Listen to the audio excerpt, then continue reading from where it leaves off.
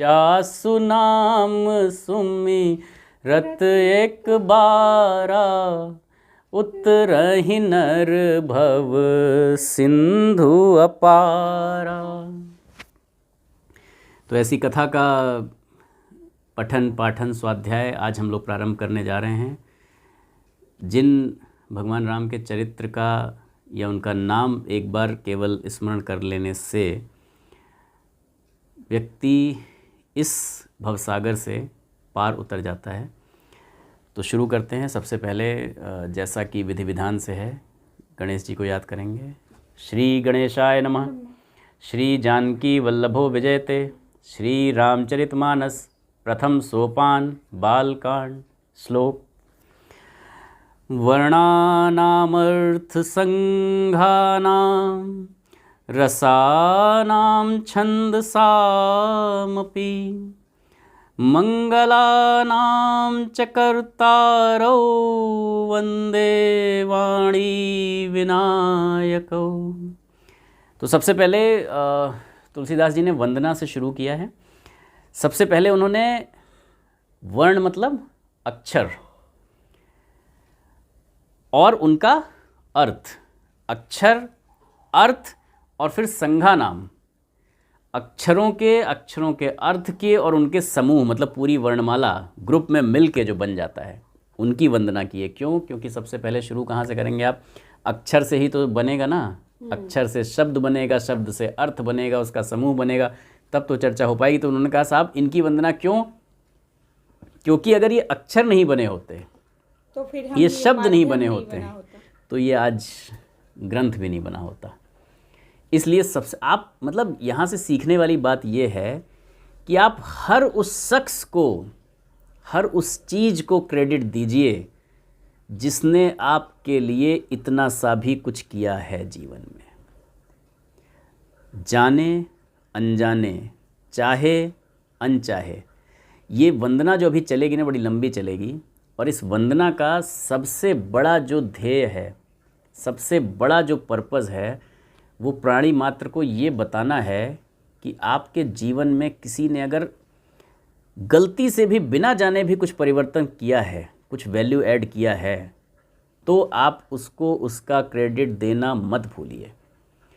अक्षरों तक की वंदना कर रहे हैं, अक्षरों के फिर अर्थ की भी वंदना कर रहे हैं, उसके समूह की भी वंदना कर रहे हैं। फिर रस, जितनी तरह के रस बने, श्रृंगार रस, करुण रस, वीर रस, क्योंकि उनका सबका भी आएगा ना वर्ण आगे, हमें उसका इस्तेमाल करना है, हम उनका यूज कर रहे हैं तो उनकी भी वंदना कर रहे हैं।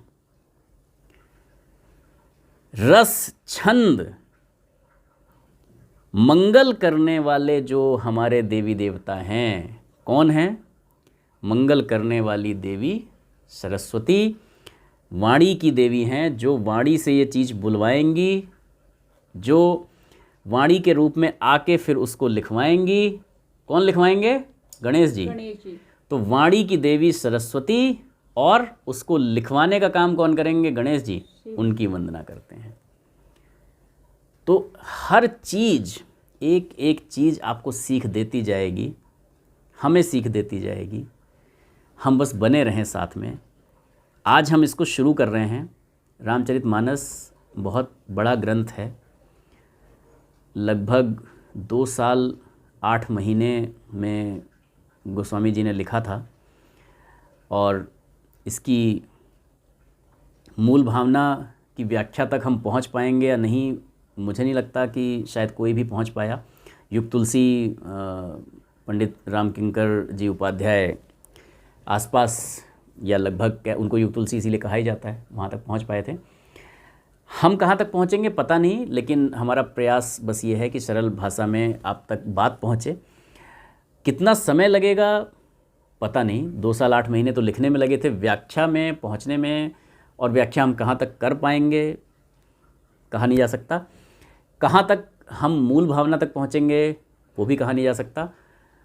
बस ये है कि अगर कुछ हद तक भी बात समझ में आ जाए हमको, आपको, सबको, और हम सीख वो ले पाएँ, पूरी तो बड़ी दूर की बात है, हम 10% 20% भी सीख ले पाएँ तो जीवन सफल हो जाएगा। हम जीवन को राममय बना लें तब तो फिर मुक्ति ही हो जाएगी। प्रयास वही है। आगे वैसे भी जब गुरु वशिष्ठ जी ने प्रभु श्री राम का नाम रखा था तो उन्होंने कहा ही था कि मात्र 2 शब्दों का ये वो नाम है जो कि सबको भवसागर से पारने की क्षमता रखता है।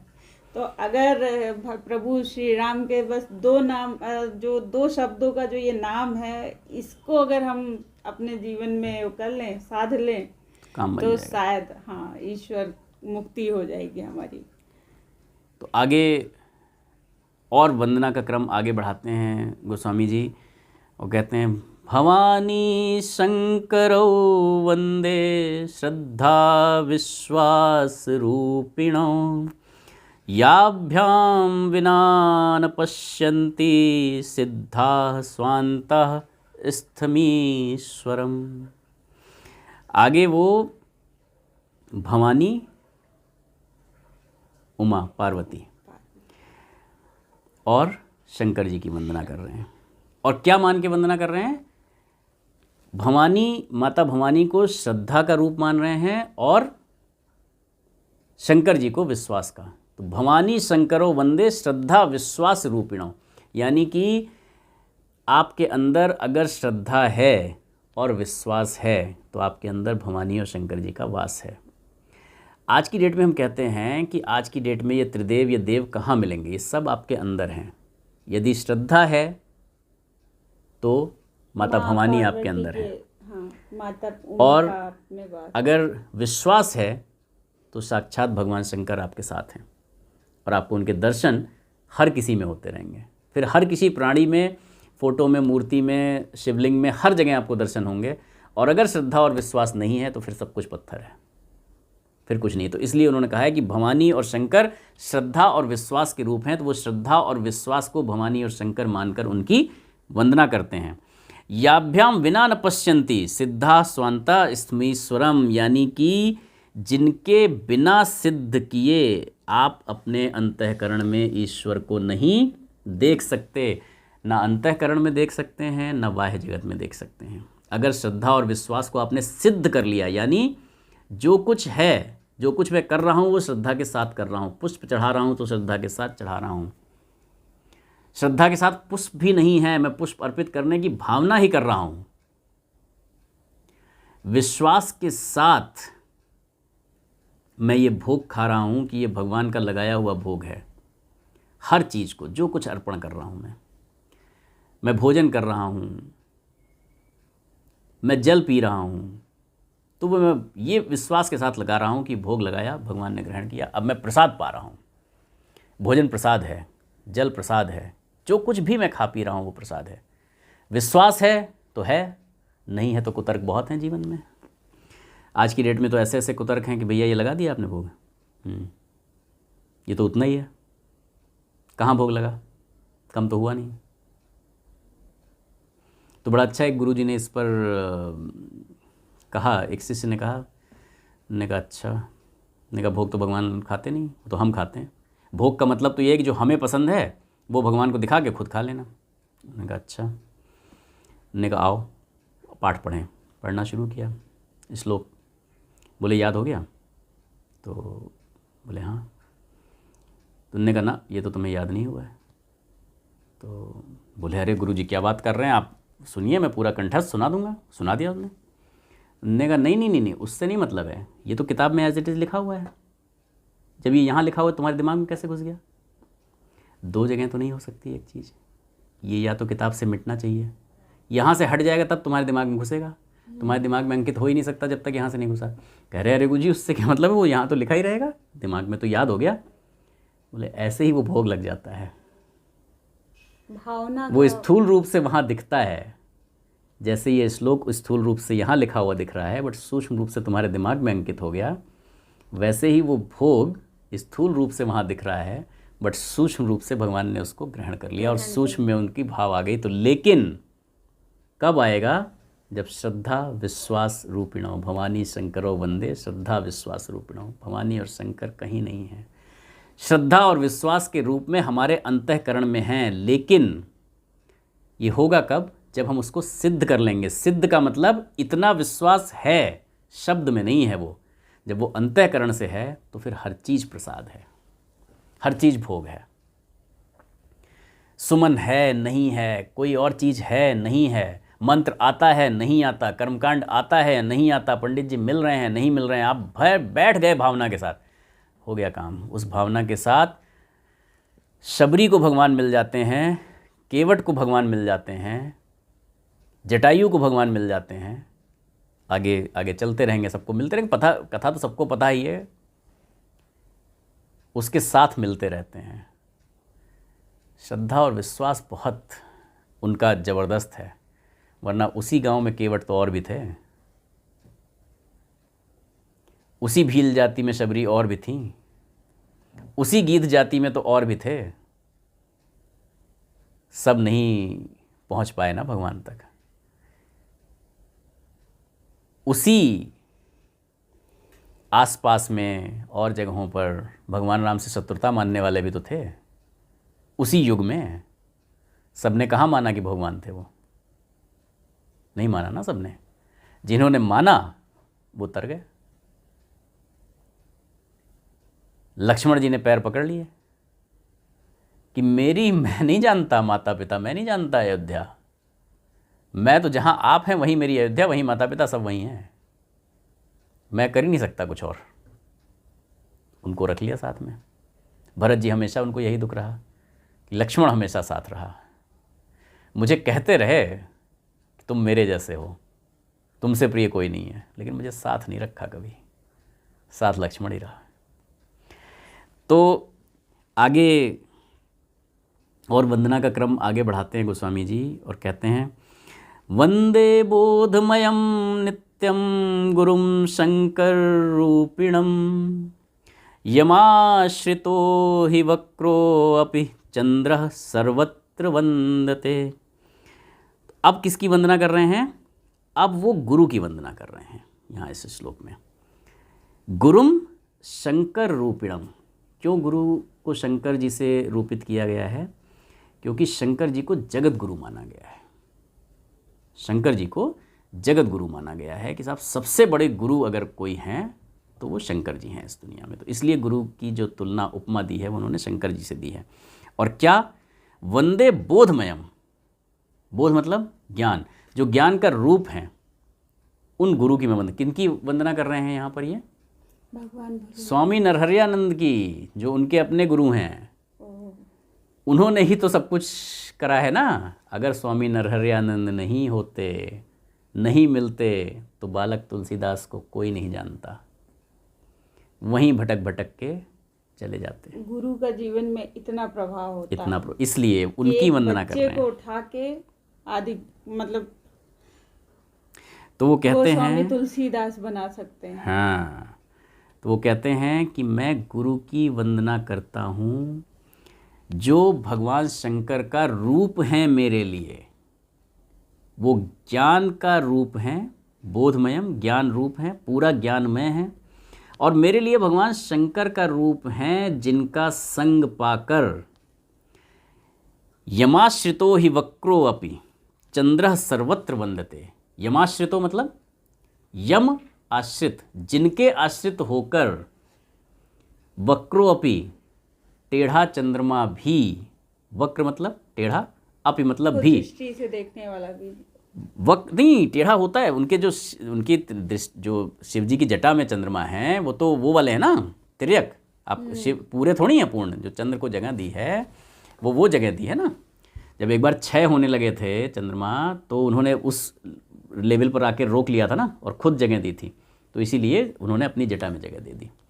तो वो कहते हैं कि जिनका आश्रय पाके वक्र चंद्रमा, टेढ़ा वाला जो चंद्रमा है, जो टेढ़ा होता है, वो भी हर जगह पूजा जाता है। तो ये उन्होंने वक्र चंद्रमा से किसकी तुलना की है? स्वयं की, कि मैं तो कुछ नहीं था, वो बालक तुलसीदास जो हर जगह खाने के लिए इधर उधर मारा मारा फिर रहा था, 2 टाइम का भोजन नहीं मिल रहा था, उसको जब गुरु नरहरियानंद की शरण मिल गई, उनको मैं शंकर के रूप में पूज रहा हूँ। किसको वंदना कर रहा हूँ? अपने गुरु स्वामी नरहरियानंद की यहाँ पर वंदना कर रहे हैं कि जिनके आश्रित होकर, जैसे शंकर जी के आश्रित होकर वक्री चंद्रमा, टेढ़ा चंद्रमा भी सब जगह पूजा जाता है, बढ़िया लग, मैं तो टेढ़ा हूँ लेकिन किसकी वजह से पूजा जा रहा हूँ? आश्रय किसने दे दिया? स्वामी नारायण मेरे गुरु ने। अगर आज वो नहीं होते तो तुलसीदास जी को कोई नहीं जानता। ऐसे ही आज अगर तुलसीदास जी नहीं होते तो आज हम आप मिल नहीं रहे होते। ये जो माध्यम है, ये रामकथा माध्यम है, और वो रामकथा किसने लिखी है? तुलसीदास जी ने लिखी है। तो बहुत बड़ी चीज़ें हैं, मतलब बहुत सारे लोग इस तरह से जुड़े हैं, बहुत सारे लोग जो रामकथा कहते हैं लगातार, रामचरितमानस, उनका सबका संबंध बना हुआ है और उनकी वजह से जाने जाते हैं। किसकी वजह से? गोस्वामी तुलसीदास जी की वजह से। आगे अब जब उन्होंने अर्थ अक्षरों की, अर्थ समूहों की, माता सरस्वती की, गणेश जी की, शंकर जी की, पार्वती जी की, अपने गुरु की, सबकी वंदना कर ली, तो अब आते हैं सीता राम गुणग्राम पुण्यारण्य विहारिणो वंदे विशुद्ध विज्ञानो कवीश्वरो कपीश्वरो। अब किसकी वंदना कर रहे हैं? कवीश्वर और कपीश्वर। कवीश्वर कौन है? भगवान वाल्मीकि। वहाँ से तो कथा इनके पास आई है ना। इनके पास तक कैसे आई? क्योंकि भगवान वाल्मीकि भगवान राम के समकालीन थे। अगर उन्होंने कथा लिख ना दी होती तो यहाँ तक पहुँचती नहीं। वहाँ से वो श्रुति और लिखने के रूप में आती रही। भाई रामायण को सबसे बड़ा लिखित महाकाव्य माना जाता है ना, सबसे पहले वही लिखी गई। उससे पहले सब शास्त्र श्रुति में चल रहे थे, सुन सुन के ट्रांसफ़र हुए।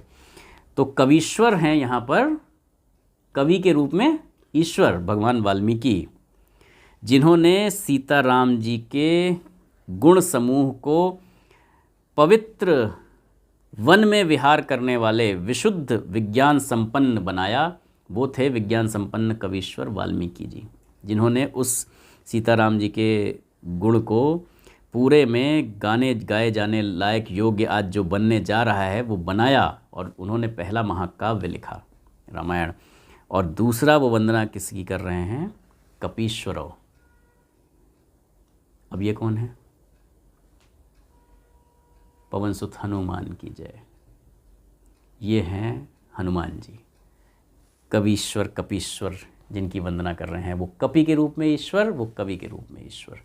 तो अब उन्होंने एक भगवान वाल्मीकि की वंदना की है और एक बजरंगबली भगवान हनुमान जी की वंदना की है यहाँ पर, जिन्होंने सीताराम जी के गुण को गाया है और यहाँ तक पहुँचाया है।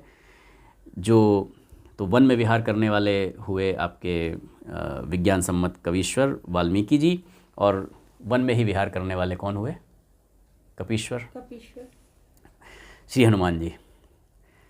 आगे आते हैं, उद्भव स्थिति संहार कारिणीं क्लेशहारिणीं सर्वश्रेयस्करीं सीतां नतोऽहं राम वल्लभाम्।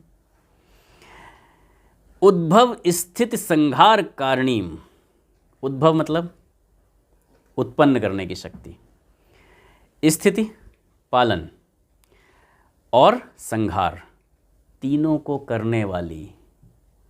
उद्भव की शक्ति, पालन की शक्ति, संहार की शक्ति, और क्लेश हारिणीम, सभी तरह के क्लेश को हर लेने की शक्ति रखने वाली, और सर्वश्रेयस करीम सीता। ये सारी शक्तियां रखने के बाद सबका श्रेय, सबका हित करने वाली कौन है? सीता जी। अब उनकी अब सीता जी की वंदना कर रहे हैं। आप देखिए सीखने वाली बात क्या है। कथा किसकी है? भगवान राम और माता सीता की। 5वें श्लोक में वंदना हो रही उनकी। क्यों? पहले वो अक्षर जिनसे ये लिखी जाएगी, फिर उनके अर्थ, फिर उनका समूह, फिर वो रस, वो छंद जो इसको रसमयी बनाएंगे, फिर श्रद्धा विश्वास रूप में भवानी और शंकर, जिनके बिना कुछ हो ही नहीं सकता। उसके बाद उनके रूप के गुरु, शंकर के रूप में गुरु, फिर उसके बाद कवीश्वर और कपीश्वर, जिनके साथ चल के कथा यहाँ आई। अब पहुँचे सीता जी के पास।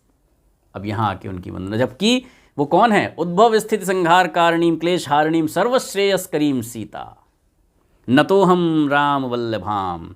भगवान रामचंद्र जी की प्रिया, जो भगवान राम जी को सबसे प्रिय हैं। मतलब एक तो उद्भव स्थिति संहार कारिणी तो ही हैं, उत्पत्ति पालन सृजन सब कुछ करने वाली, संहार करने वाली, और उसके बाद भी सबका श्रेयस्कर हित करने वाली सीता जी हैं। इसके बाद भगवान राम को सबसे ज़्यादा प्रिय हैं। अब मैं उनको नमस्कार करता हूँ। यहाँ पर आकर 5वें श्लोक में सीता जी की वंदना की है।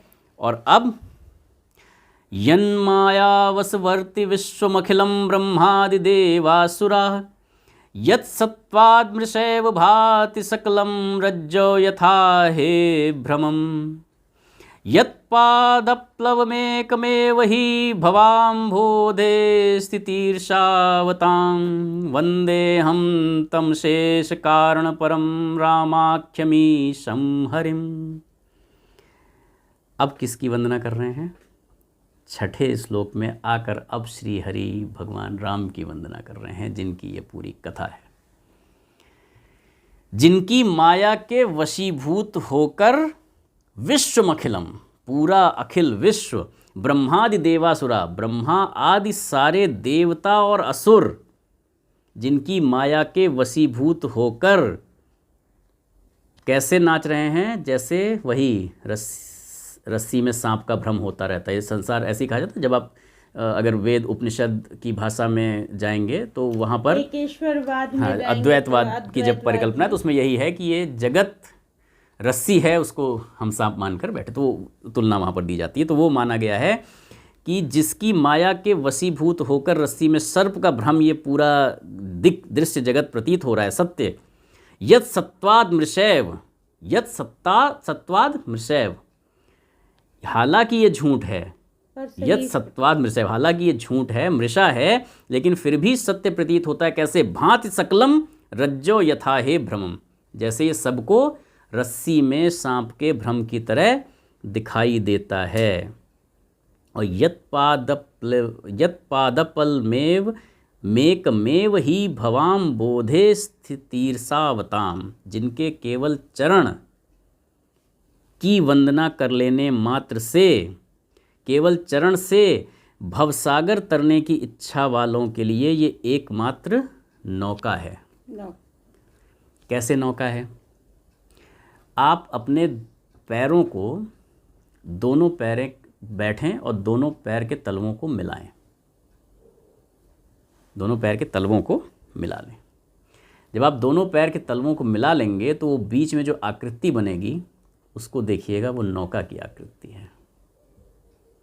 वो तुलना दी गई है यहाँ पर कि भगवान के जो चरण कमल हैं वो नौका हैं, और जो उनका स्मरण कर लेता है वो इस भवसागर से तर जाता है। जिनके केवल चरण की नाव, जो चरण की नाव है, चरण की नाव, दोनों तलवों को जब आप मिलाएंगे तो नाव बन रही है ना। आप बना के देखिए, बैठिए और बना के देखिए, ऐसे जैसे हाथ जोड़े हैं ऐसे दोनों तलवों को जब जोड़ेंगे तो वो बीच में नाव बन जाएगी। ये चरणों की नाव, भगवान के चरणों की नाव, इससे केवल भवसागर तार कर सकते हैं। इतना बड़ा भवसागर केवल इससे पार कर सकते हैं।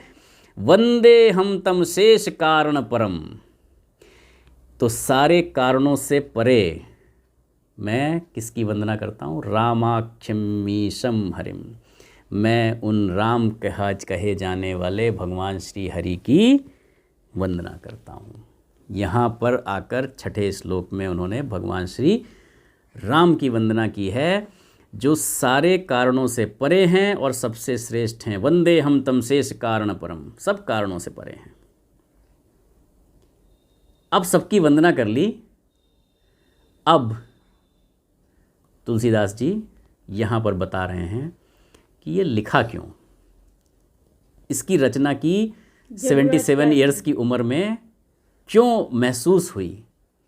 तो अब कहते हैं, नाना पुराण निगमागम सम्मतम यद, नाना पुराण हैं, अनेक पुराण हैं, शास्त्र हैं, शास्त्र सम्मत हैं, रामायण है, बहुत सारी चीज़ें हैं। यद, फिर भी, यद मतलब फिर भी क्या हो जाता है?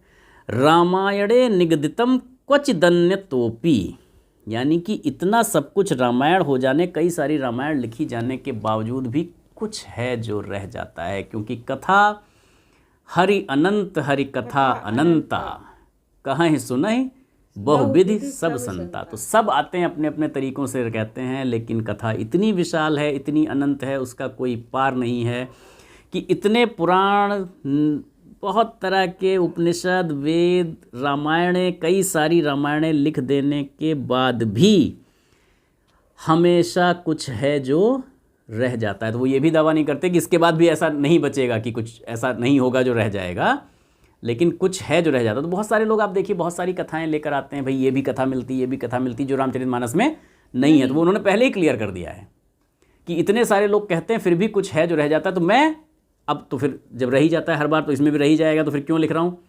स्वांतः सुखाय तुलसी रघुनाथ गाथा, भाषा निबंध मति मंजुल मात नोती। तो वो कह रहे हैं कि स्वांतः सुखाय, किसके लिए कर रहे हैं ये? खुद की खुशी के लिए। खुद के लिए कर रहे हैं। और आपको पता है कि ये कथा इतनी प्रचलित क्यों हुई? क्योंकि ये स्वांतः सुखाय लिखी गई है, किसी के लिए नहीं लिखी गई है। जैसे अगर कोई वैद्य हो, वो सबको दवा देता हो, और एक पुड़िया वो अपने लिए अलग रखता हो, ये वाली किसी को नहीं दूंगा, ये वाली खुद खाऊंगा, तो हर आदमी इस फिराक में रहेगा कि यार कैसे ये वैद्य सो जाए, चुरा के भी अगर ये मिल जाए पुड़िया, ये वाली है असली भाई साहब। तो वही हाल है, इसीलिए ये कथा इतनी। उन्होंने कहा भैया मुझे इससे नहीं मतलब कोई पढ़ेगा नहीं पढ़ेगा, कोई सुनेगा नहीं सुनेगा, मैं किसके लिए लिख रहा हूँ? स्वांतः सुखाय तुलसी रघुनाथ गाथा। ये तुलसीदास किसके लिए रघुनाथ जी की गाथा लिख रहा है? अपने सुख के लिए लिख रहा है। यहाँ एक चीज़ मैं भी क्लियर करना चाहती हूँ, क्योंकि अभी जैसे ही ये वीडियोस जाना शुरू होंगे, कुछ लोगों को इस बात का ऑब्जेक्शन हो जाता है कि ये मैडम क्यों बैठी हैं। तो यहाँ मेरे बैठने का सिर्फ इतना उद्देश्य है कि मुझे ये सुनना है, और हमें अपने स्वांतः सुखाय के लिए कहना है कि हाँ, एटलीस्ट हम एक एक अक्षर एक एक सुनना है, इसलिए मैं यहाँ बैठी हूँ। और दूसरा मतलब अगर आप नहीं होती तो ये कथा पहुँचती भी नहीं, फिर हम अपने स्वांतः सुखाय कहते रहते खाली, क्योंकि हम तो बैठ के कहते हैं, बाकी सब कुछ जितना ये पहुँचता है, कथा आप तक पहुँचती है, उसके पीछे सिर्फ आपका हाथ है, बाकी अदरवाइज़ ये पहुँचना मतलब असंभव ही था। नहीं, ये तो प्रभु जी की है, बस वो है, बस मैं माध्यम कभी कभी बनती हूँ। तो वो इसलिए कहते हैं कि मैं ये रच रहा हूँ इसके लिए, क्यों? भाषा निबंध मति मंजुल मात नोती, इसलिए मैं इसको भाषा में, मनोहर भाषा में इसकी रचना करने चल रहा हूँ। संस्कृत के जो विद्यार्थी होंगे, संस्कृत जो पढ़ रहे होंगे, वो जानते हैं कि जब मात नोती जो आता है, नोती आता है अपने लिए, जहाँ पर आप ती लिखते हैं तो वो जब उसमें चलता है हलंत में, तो ती अपने लिए आता है, तो उन्होंने अपने लिए लिखा है, मात नोती, मैं अपने लिए रचना कर रहा हूँ, राइट। तो यहाँ 7वें श्लोक में आकर उन्होंने एक कारण बताया है। हमने हालांकि इंट्रोडक्शन में ही ये कारण बता दिया है कि ये क्यों हो रहा है, तो पर्पज़ हमारा भी वही है जो तुलसीदास जी का है, स्वांतः सुखाय। आज ये वंदना में ही मतलब शुरुआती वंदना के श्लोक में ही आधे घंटे लग गए, तभी मैंने कहा था कि हम इस श्लोक में ही कहा था कि हम इसको कितने माह, कितने वर्ष ही लगेंगे ऑफ कोर्स, क्योंकि 2 साल 8 महीने के आसपास का समय तो इसको लिखने में लगा था। जितना भी लगेगा, जब तक प्रभु ने जीवन दिया हुआ है तब तक तो चलाते रहेंगे, जब तक आपकी कृपा है पहुंचती रहेगी पास में आप लोगों तक, जब तक हमारे सामर्थ्य में रहेगा, ईश्वर ने साथ दिया और आप लोग का भी साथ बना रहा, तब हम करते रहेंगे। समझ की जहाँ तक बात है, तो जितना मैंने जैसा समझा, मैंने कहा जैसा मैंने समझा, मैं अपने सुख के लिए उसका वर्णन कर रहा हूँ, अपनी खुशी के लिए। तो जैसा मुझे समझ में आता है, आप हो सकता है आप मतलब समझ कहीं जगह पर ना भी हो, इतनी उन्होंने जो लिखा था, जिस उद्देश्य से लिखा था, वो नहीं से समझ में आता है। आप लोगों को समझ में आता है, आप कमेंट में लिखिए, आपको भी जो समझ में आता है। हम लोग साथ साथ बढ़ेंगे, साथ साथ स्वाध्याय करते रहेंगे। तो जैसा मैंने कहा, आधे घंटे का तो वीडियो शुरुआती 7 श्लोकों में वंदना में ही बन गया है। इसके आगे यहाँ से अभी वंदना ख़त्म नहीं हुई है, ये श्लोक में वंदना हुई है, अब अभी सोरठा और चौपाइयों में भी वंदना ही चलेगी। बहुत लंबी वंदना की है, आपको बहुत सीखने का मतलब है ये अवसर तुलसीदास जी से, कि उन्होंने किसकी किसकी वंदना नहीं की। और उसके बाद भी मतलब जो लोग जानते हैं तुलसीदास जी को और पढ़े हैं तो उनको बहुत परेशान किया उस समय काशी के जो पंडित थे, जब वो लिख रहे थे तो बहुत उस समय बहुत परेशान किया। उस समय क्या बाद में मान्यता मिली, उस समय तो नहीं है, बाद में तो बहुत हुआ, सब उनको बहुत सम्मान दिया गया।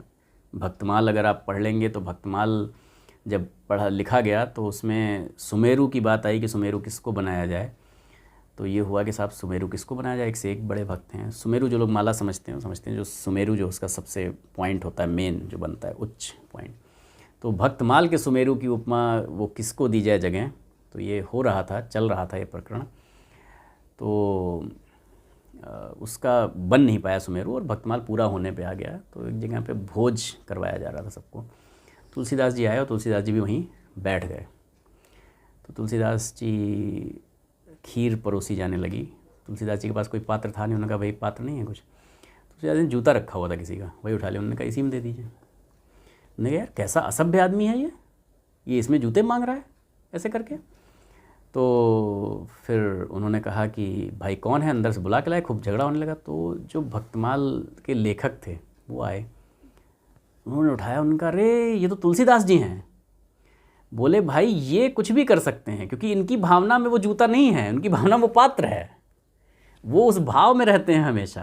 तो उन्होंने कहा अरे भैया सुमेरु ढूंढ रहे थे, तुलसीदास जी का ख्याल नहीं आया, तो फिर तुलसीदास जी को भक्तमाल का सुमेरु बनाया गया। भक्तमाल ग्रंथ है जिसमें उस समय के सभी 108 भक्तों की चर्चा ली गई है, तो भक्तमाल ग्रंथ आप लोग पढ़ सकते हैं। तुलसीदास जी का विस्तृत उसमें है जीवन परिचय काफ़ी।